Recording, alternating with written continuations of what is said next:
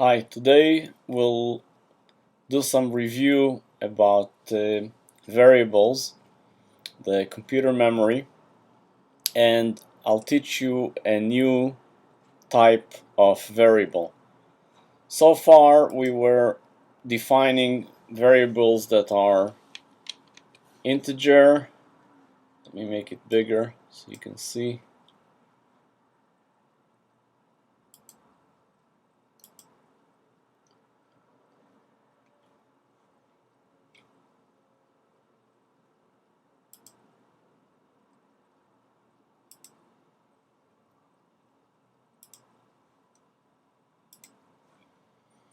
We said int and then a variable name. Actually, it's not uppercase, it's lowercase. That means we defined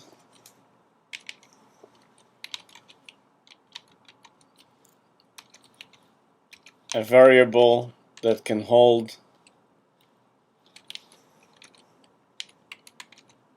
an integer. Integer is a whole number, right? Or we saw, for example, a character A1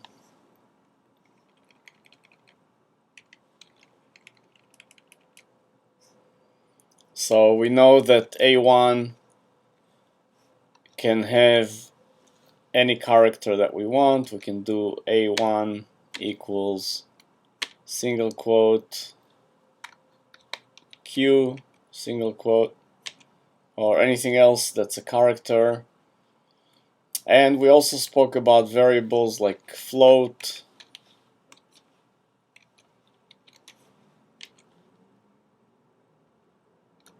which can contain a floating number for mathematical calculations. But whatever we defined here, all those variables were occupying space in memory, and we didn't talk about how much space they occupy, but we talked about bits and bytes. And generally speaking, let's talk a little bit about the memory and what those variables look like when they are defined in the memory. So let's try to draw. If you remember, we were drawing the memory like this. And let's try to draw a few cells here. Let's say that every rectangle that I'm drawing will have 4 bytes of memory. So I'll divide it like this.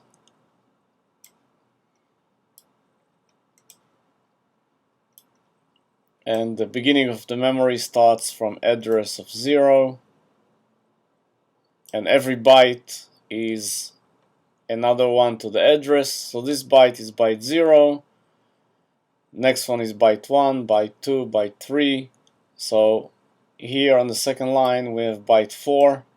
So the address here is 4. And the address here will be 8.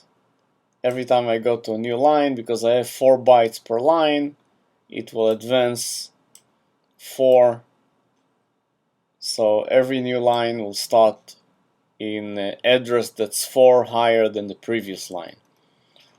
So, for example, integer in C usually occupies 2 bytes.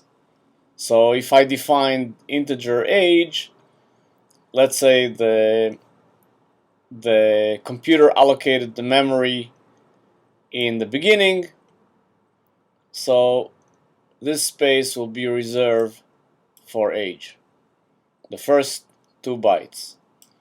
So if I'll say here, for example, age equals 12, what will happen here is the number 12 will be inserted into this location in memory. Let's erase what's there.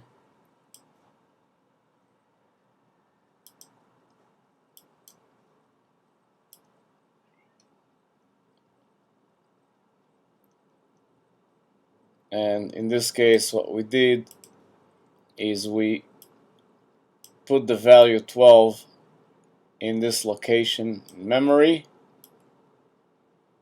Okay, let it be 12. And this area is going to be called age, because that's how we defined it, with the name age. It's the name of the variable.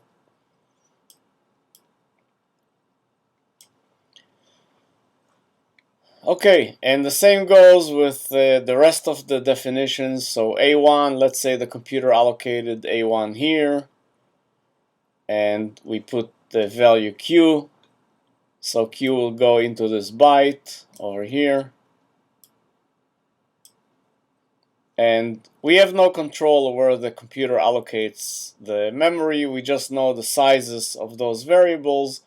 We know that one character is 1 byte, integer is 2 bytes, and float is 4 bytes, but it doesn't matter. What I would like to teach you today is about a new type of variable, and that type of variable is called pointer. Pointer is a special variable because pointer will contain an address in memory of another variable. So first we'll see what it means, then we'll see how to define it, and later we'll talk about why this is useful. So what does it mean? Let me make a small drawing here and you'll see. Let's say I continue the memory drawing, a few more lines.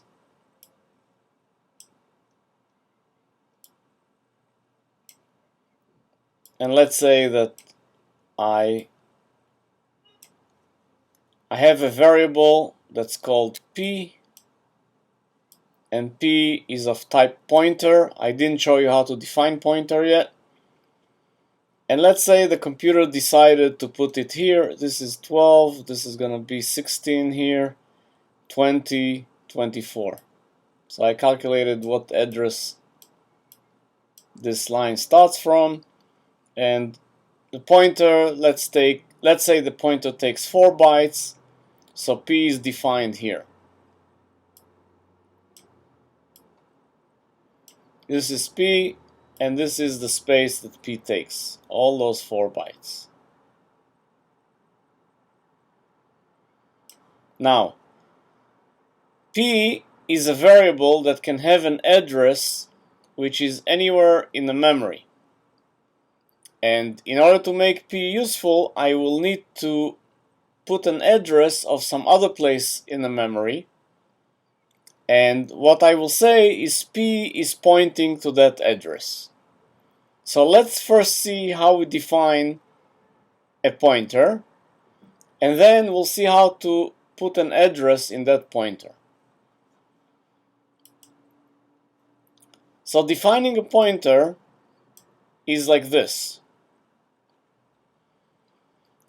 The first part is what type of variable the pointer will point to. So we saw types of integer, types of character, type of float. So let's write an example, and let's say that our first pointer will point to integer. So we'll write int. That's the first part of the pointer. The second part, as you can see here, is an asterisk. So we make a space and asterisk. And the third part is the pointer name. So if the pointer is called P, semicolon, we define a pointer that's called P, and it points to a variable that's type integer. Let's see another example. Let's make a pointer that points to character. So car asterisk Q. So Q is the name of another pointer, and Q is a pointer that points to a character variable, and those are the definitions of pointers. So we define two pointers, one to an integer and one to a character. One is called P, the other is called Q. Now, if you remember, we already spoke about the address operator, which was ampersand, when we discussed scanf. Remember, when we spoke about scanf, we said scanf and we gave it a format, and then we gave it ampersand and a name of a variable. And we said that this is how we specify an address. So if the variable is var1, ampersand of var1 is the address of var1. So now let's go back to the picture of the memory and see what it all means.